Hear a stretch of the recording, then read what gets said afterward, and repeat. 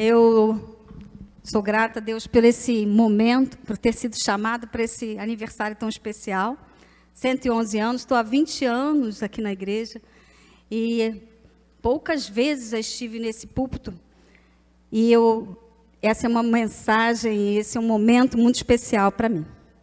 Quero dar a minha palavra de gratidão a todas as mulheres, não só as mulheres, mas todos os maridos, homens que apoiam o trabalho da MCM, porque nós não somos o que somos se nós não tivermos os nossos companheiros, os nossos maridos conosco. Então, eu quero também dar o seu parabéns, você, homem, que está ao lado da sua mulher, a sua princesa. Parabéns por esses 111 anos. Quando eu cheguei aqui na igreja, eu estava com um sapato bem baixinho. Aí eu lembrei que esse púlpito me engole. Eu lembrei que ele tem quase o meu tamanho. E aí eu fui em casa correndo e botei essa plataforma para os irmãos poderem me ver. E quem sabe quando tirarem uma foto no futuro, assim, olha como eu estava bonita, alta, quase 1,60 m. Irmãos, nós vamos falar de um tema, vivendo com propósito. E eu gosto muito que quando eu recebo uma palavra, um tema, eu destrinchar o tema. E a palavra propósito, eu quis ir ao dicionário da língua portuguesa, porque às vezes a gente fala muitas vezes as palavras e usa, mas às vezes ou usa errado, ou não usa da sua forma mais cheia, da sua forma mais íntegra. Então, eu fui ao dicionário e vi que propósito tem vários sinônimos, várias formas. Mas o que eu mais me adaptei foi que propósito é o fim, é o alvo, é a finalidade, é a sua finalidade. Quando eu era pequena, eu gostava muito de ler as histórias de Tom Sawyer. E o autor dessas histórias, ele fala uma frase muito incrível nessas histórias. Ele fala assim: os 2 dias mais importantes da sua vida são o dia que você nasceu e o dia que você descobre por que você nasceu. Por que nós estamos aqui? Por que eu nasci na minha família? Por que eu sou membro desta igreja? Por que aconteceu isso tudo? O final, a finalidade, o meu propósito. E eu conversando essa semana com a minha irmã, lá do Espírito Santo, ela me deu uma figura que propósito é como se fosse uma montanha. Você está na base da montanha e existe uma voz lá em cima da montanha te chamando, dizendo: vem para cá, vem para cá. E aí você começa a subir a montanha, mas a voz vai te direcionando para o melhor caminho. Essa voz que te direciona pelo seu propósito é a voz do Senhor Deus. Ele vai dizendo assim: sobe. Ele te dá missões, tarefas, que vão se acumulando, que vão fazendo com que você tenha cada vez um patamar mais alto.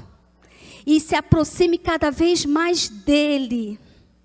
Até que um dia você o encontra face a face. Isso é o propósito. A montanha. Entender o que é propósito também pode nos ajudar a gente ver o que não é propósito. Missão não é propósito.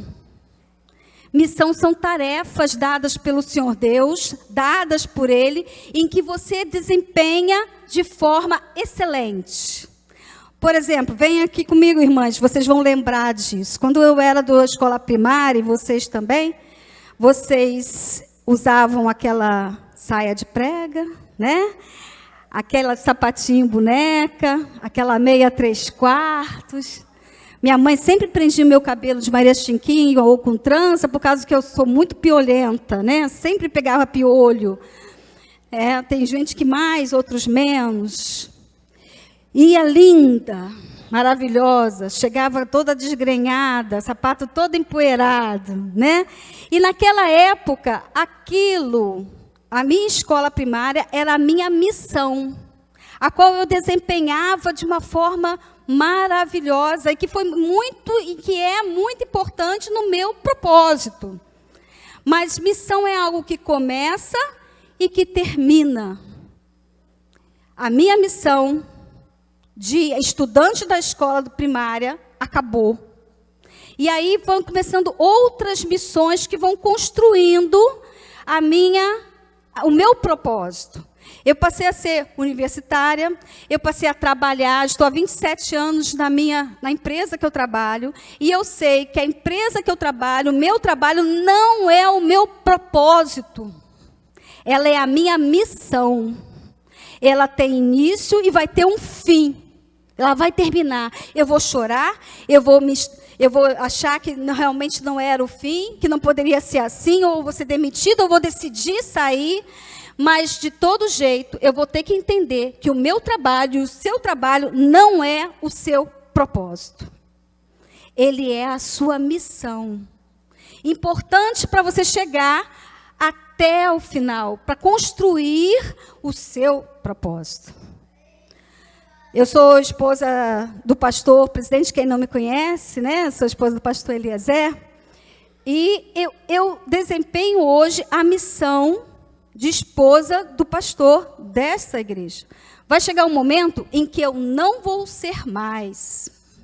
Eu não serei mais. Ontem, quando eu cheguei aqui no culto dos homens, não tinha vaga, e eu estacionei exatamente no lugar da saída da Kombi. E aí o rapaz veio correndo, olha só, não pode não. Ah, você é a esposa do pastor. Ah, você pode. Vai chegar um momento em que ele vai dizer, ei, quem é você?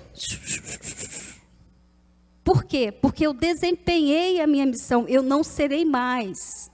E quando a gente tem a certeza do que é propósito, do que é missão, e que missão termina, você não entra em depressão.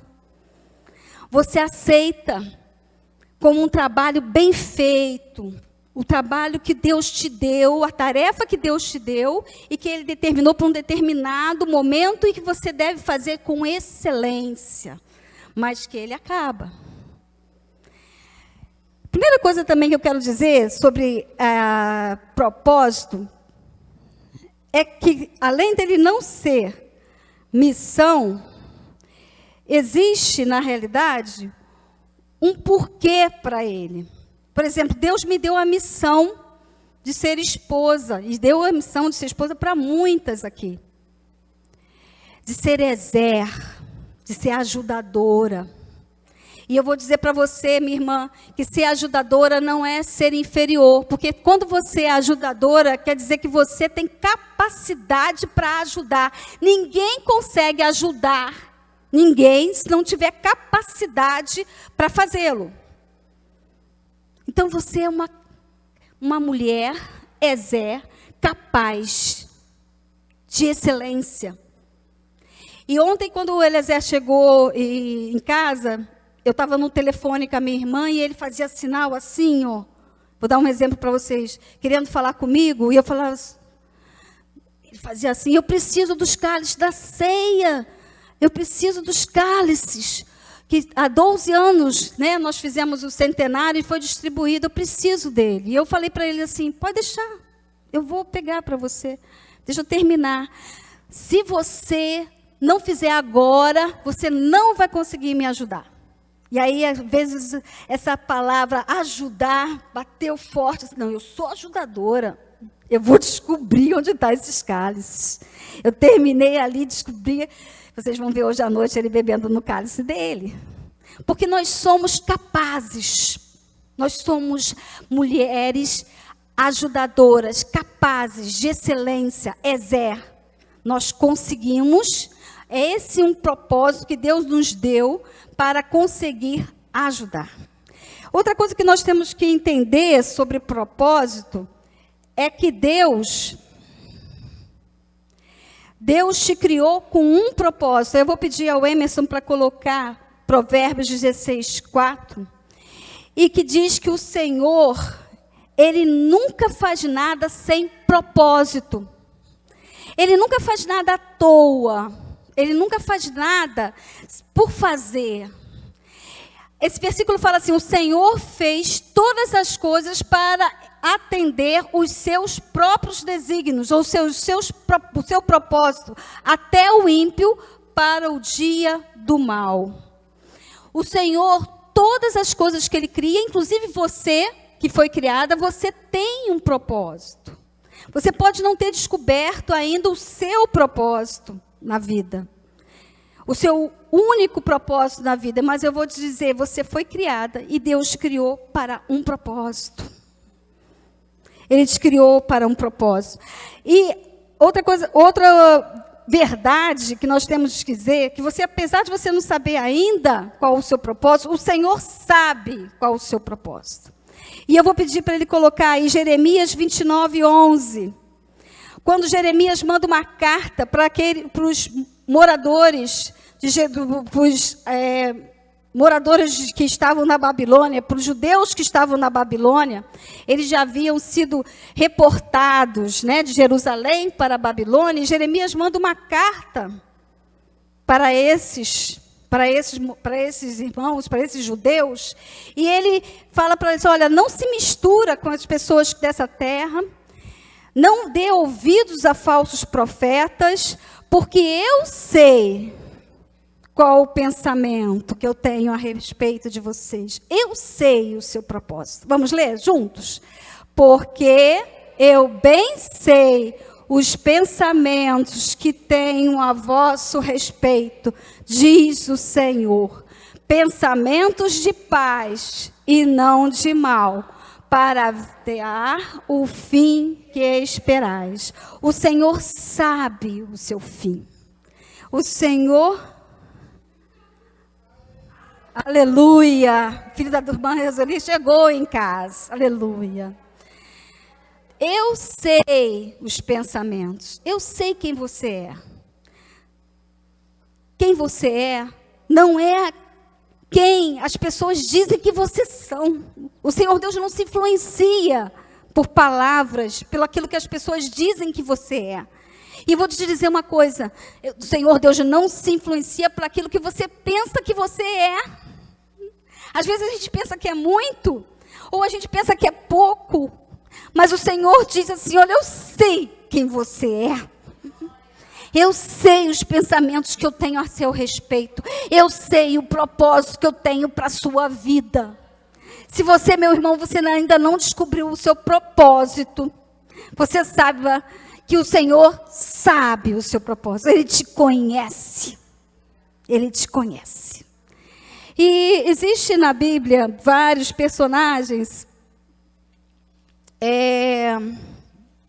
que tiveram propósito, né? Nós poderia escolher dentre muitos aqui, né? Nós poderíamos escolher Abraão. Abraão teve como propósito ser pai de uma grande nação. Mesmo depois de 25 anos, após a promessa em que Deus tinha feito para ele, ele não desistiu, ele persistiu no seu propósito, na sua promessa. E ele não desistiu, apesar de Sara, sua mulher, ser estéril. Nós podemos botar José. José era um homem de propósito. Ele colocou no seu coração agradar a Deus. O propósito dele, aonde eu estiver, como eu estiver. Mesmo a mulher de Potifar, linda, maravilhosa, querendo ficar com ele, ele disse: não posso. Eu não posso desagradar ao meu Deus. Era o propósito da vida dele. José tinha um propósito forte. Daniel tinha um propósito forte. Daniel chegou na Babilônia e ele colocou no seu coração: eu não vou me contaminar com as iguarias da Babilônia, eu não vou me contaminar. É um propósito forte, persistente. Deu fome, talvez sim. Deu vontade, sim, mas ele colocou no seu coração. Mas o personagem que eu vou deixar para vocês é uma mulher, já que nós estamos num culto de mulheres. Eu vou deixar para você uma mulher com um propósito. Essa mulher, ela viveu na Cananéia. Ela era uma mulher, e a Cananéia não fazia parte da região da Judéia. A Cananéia, o cananeu era um povo idólatra. Um povo que sacrificava seus filhos a ídolos. E provavelmente aquela mulher fazia a mesma coisa. Ela dava legalidade dentro da sua casa a demônios. Ela era uma mulher da cidade, da região de Ciro. Ela era uma mulher cananeia. E eu vou pedir para Emerson colocar Mateus 15, 21, que fala da mulher de Tiro e Sidom. E eu já estou caminhando aí para o meu final da minha mensagem, por incrível que pareça. Nós vamos ler essa palavra.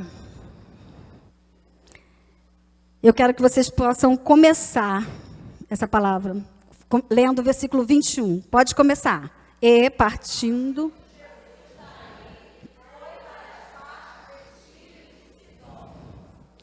E eis que uma mulher cananeia, que saíra daquelas cercanias, chamou, dizendo, Senhor, vamos falar de novo, Senhor, filho de Davi, tem misericórdia de mim, que minha filha está miseravelmente endemoniada.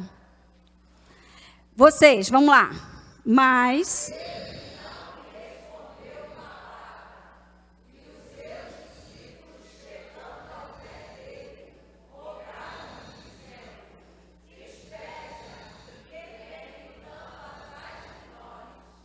E ele respondeu, disse, eu não fui enviado, senão as ovelhas perdidas da casa de Israel. 25. Então chegou ela e adorou, Senhor, socorre-me. Vamos falar de novo, Senhor? Senhor, socorre-me. Ele, porém, respondendo, disse, não é bom pegar o pão dos filhos e deitar os cachorrinhos. 27. E ela disse, sim, Senhor, mas também os cachorrinhos comem das migalhas que caem na mesa do seu Senhor. Então Jesus disse-lhe, ó mulher, grande é tua fé. Seja isso feito para contigo como tu desejas. E desde aquela hora, a sua filha ficou sã. Propósito. Eu quero dizer para você que se você está na montanha do propósito, está ouvindo a voz do Senhor, ouvindo a voz do bom pastor, Ele vai te guiar para um bom caminho. Mas não quer dizer que esse caminho não tenha turbulências, dificuldades, buraco, que te faça cair, te faça chorar. Aquela mulher tinha algo, que eu quero primeiro falar, aquela mulher tinha algo que muitos de nós estamos perdendo no dia de hoje. Ela tinha uma palavra chamada de persistência. Nós estamos perdendo a nossa persistência. Nós estamos desistindo muito fácil. Talvez a tecnologia nos faça isso, né? A gente liga, se a primeira ligação fala, tum, tum, tum, a gente desliga, não consigo mais, e nem liga mais naquele dia. Se o computador gira aquela ampolinha, muitas vezes a gente, já era, desliga. Porque tudo tem que ser rápido, tudo tem que ser prático, tudo tem que ser muito rápido. E nós desistimos muito fácil. Aquela mulher, eu não sei por quanto tempo aquela mulher ficou atrás de Jesus, dizendo, Senhor, socorre-me. Senhor, socorre-me. Eu não sei quanto tempo ela ficou. Eu sei que 3 vezes nesse texto ela diz, Senhor, socorre-me. Socorre-me. Eu não sei quanto tempo. Mas ela teve persistência, ela não desistiu. Por 3 vezes Jesus fala para ela, para dizer assim, eu só falo a casa de Israel. Eu não posso deitar pão para os cachorrinhos, mas ela diz, Senhor, até os cachorrinhos recebem migalhas na mesa do seu Senhor. Eu não sei, meu irmão, há quanto tempo você tem a sua luta. Mas eu estou querendo dizer para você essa manhã, não perca a esperança, persista. A primeira coisa para você chegar ao topo da montanha é você permanecer no propósito. É saber que você tem um propósito, que Deus está te guiando pelo melhor caminho. Não desista, persista. Persista. Aquela mulher, ela gritava. E nós tivemos aqui nesse púlpito uma vez um missionário. Ele era um missionário carioca. E ele falou, ele era capelão nos cemitérios. E ele falou de um menino. E ele falou assim, numa experiência, eu fui ao cemitério, havia um menino, uma criança, e essa criança chorava copiosamente, porque o seu tio, que era traficante, e que na realidade estava com um caixão fechado, e eles abriram para um determinado momento o caixão, e aquele garoto viu o seu tio morto, e ele começou a chorar mais e mais, e a gritar mais e mais, e as pessoas começaram a ficar incomodadas com o grito dele. Até que uma mulher chegou para a criança e falou assim, para de chorar, eu vou te comprar um refrigerante. Aquela mulher achava que a dor daquele menino poderia ser trocada por um copo de refrigerante. Sabe por quê, meu irmão? Quando você grita, como aquela mulher de Tiro e Sidom gritou, ela incomoda. O grito, às vezes, ele pode incomodar as pessoas. E eu não vou garantir para você que o seu grito não vai incomodar alguém. Como incomodou os discípulos. Os discípulos chegaram perto de Jesus e disseram, despede-a, porque ela está gritando aí atrás. Despede ela.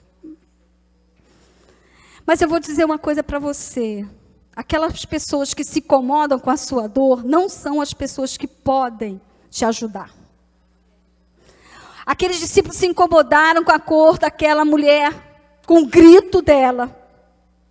Mas eles não podiam ajudar aquela mulher. Quem se incomoda com o seu grito, com o seu choro, não pode te ajudar. Mas eu quero dizer para você, grita.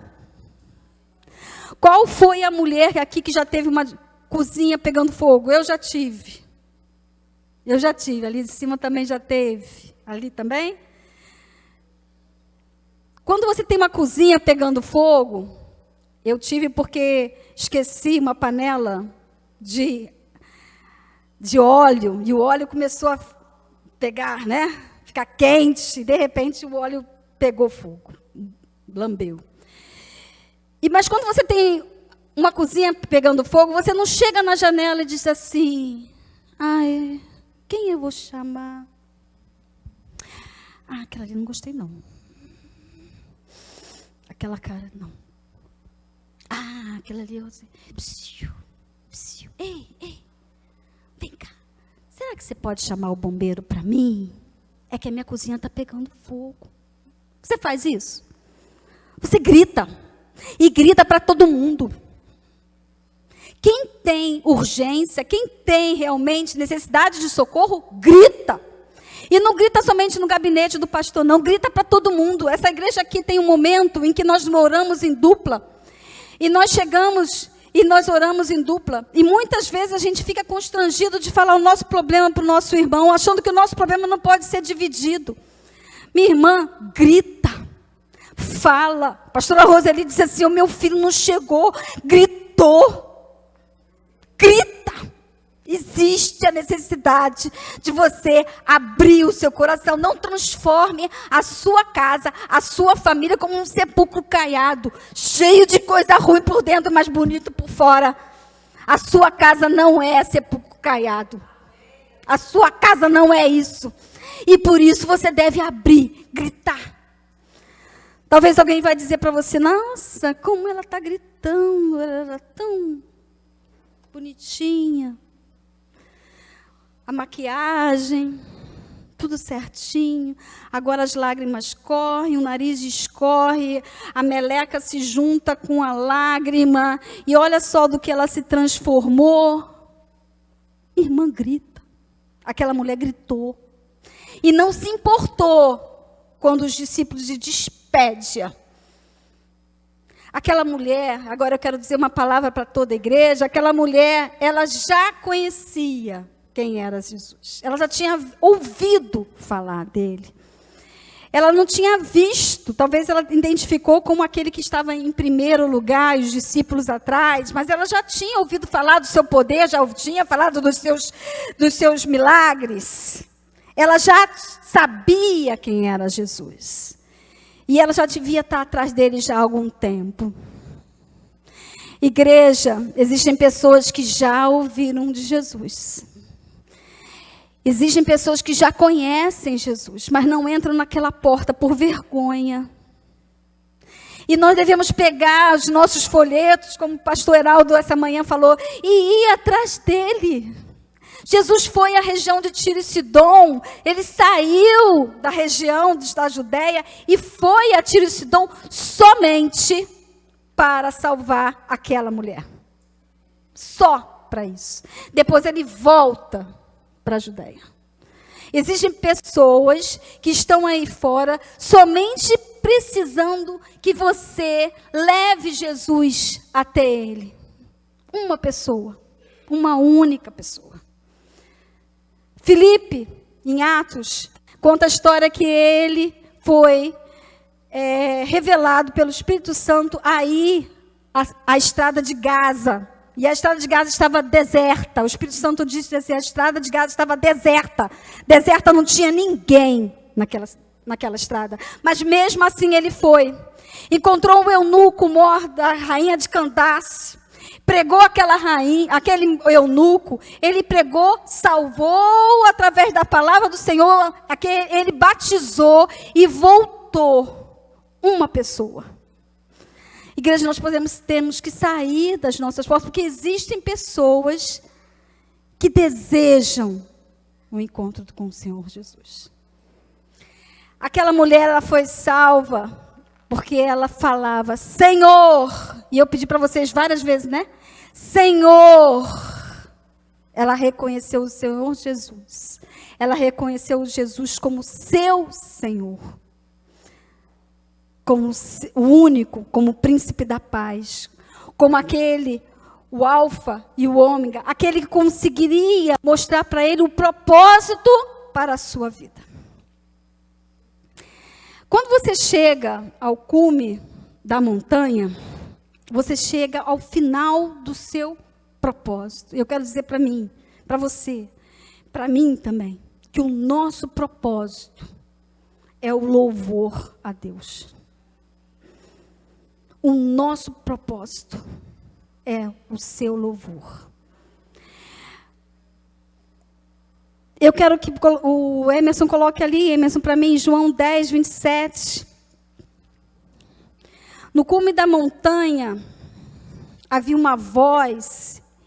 E quando eu comecei a falar, existe uma voz que te chama. E esse versículo fala de as ovelhas do Senhor Jesus. Nós somos ovelhas do seu pastoreio. Nós somos ovelhas tuas e nós reconhecemos a sua voz. Vem para cá. Esse é o seu propósito. Vamos ler juntos? João 10, 27. As minhas ovelhas ouvem a minha voz e eu conheço-as e elas me seguem. Me seguem. Elas reconhecem a minha voz e elas me seguem. Meu irmão, o propósito para a sua vida é reconhecer, é estar diante do Senhor Jesus, é ter a vida eterna. Se você até hoje você não aceitou Jesus como seu único e suficiente Salvador, se você até hoje não é ovelha dele, não reconhece a voz dele, a voz do bom pastor, aceite o Senhor Jesus essa manhã. Reconheça a sua voz Aceite o propósito que Ele tem para a sua vida. Nicodemos, quando Nicodemos vai encontrar com Jesus à noite, isso está lá em João 3, Nicodemos chega com o seu mestrado, mestre, mas um homem que tinha feito tantas coisas, mas não tinha um propósito na sua vida. E ele chega para dizer, como posso chegar ao céu? E aí, em João 3, de 15 a 17, Emerson coloca para a gente, no final, o Senhor Jesus fala, porque o seu propósito é a vida eterna. O seu propósito é aceitar a salvação que vem do Senhor Jesus. Vamos ler? João 3,15. Para que todo aquele que nele crê não pereça, mas tenha a vida eterna. Porque Deus amou o mundo. Vamos lá, mais bonito, né? Porque Deus amou o mundo de tal maneira que deu o seu Filho unigênito, para que todo aquele que nele crê não pereça, mas tenha a vida eterna. Porque Deus enviou o seu Filho ao mundo, não para que condenasse o mundo, mas para que o mundo fosse salvo por ele. O seu propósito de vida é a vida eterna. O seu alvo é a salvação. Meu irmão, eu sei que existem muitas missões na sua vida. Muita coisa a ser feita, mas tenha como único propósito de vida a salvação. Existe salvação para você. Não se iluda com as missões, com o trabalho. Não se iluda, achando que isso é o seu propósito. Isso não é o seu propósito. O propósito de todo homem, de toda mulher, é conhecer Jesus como seu Salvador. E chegar ao céu e ter a vida eterna. Amém? Amém. Nós vamos orar. Eu vou pedir para a irmã Joyce vir aqui. Joyce, vem orar. Eu quero que vocês fiquem em pé. E eu quero que você, que ainda não aceitou o Senhor Jesus como seu Salvador, você faça uma oração. Uma oração pedindo para que o Senhor Jesus possa entrar no seu coração. Para que você possa ter um propósito de chegar ao céu. Amém?